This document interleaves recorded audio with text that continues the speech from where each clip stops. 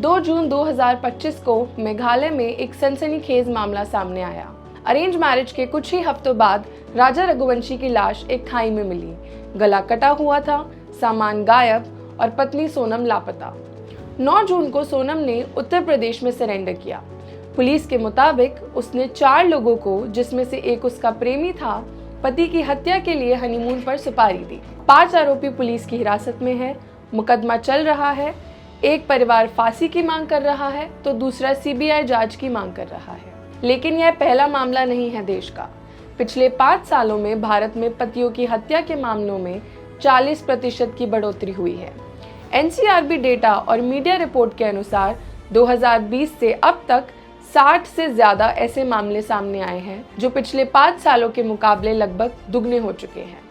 ऐसे ही कुछ मामलों में शामिल है जयपुर की गोपाली देवी, जिसने प्रेमी के साथ मिलकर पति की हत्या की, बिहार की प्रियंका देवी, जिसने खुलेआम पति की हत्या कर दी, और नवी मुंबई की अश्विनी गवली, जिसने बीमा के पैसों के लिए अपनी पति को मरवा दिया। इनके पीछे कारण क्या है? अवैध संबंध, आर्थिक लालच, बदला या जबरन शादी से निकलने की कोशिशें। मनोवैज्ञानिकों के मुताबिक ये अपराध अचानक गुस्से से नहीं होते, बल्कि यह निराशा, दबाव या कभी कभी लालच का नतीजा है।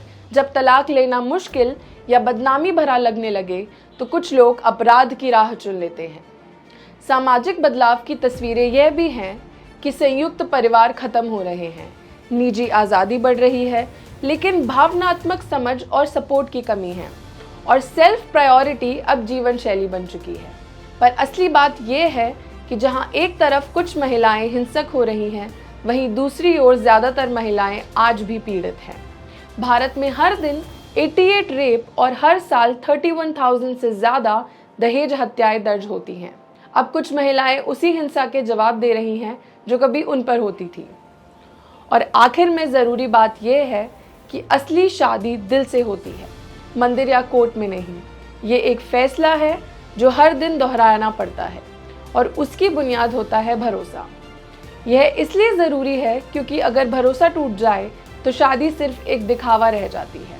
यह मामला सिर्फ सोनम या राजा का नहीं है, ये उस समाज की तस्वीर है जो तेज़ी से बदल रहा है।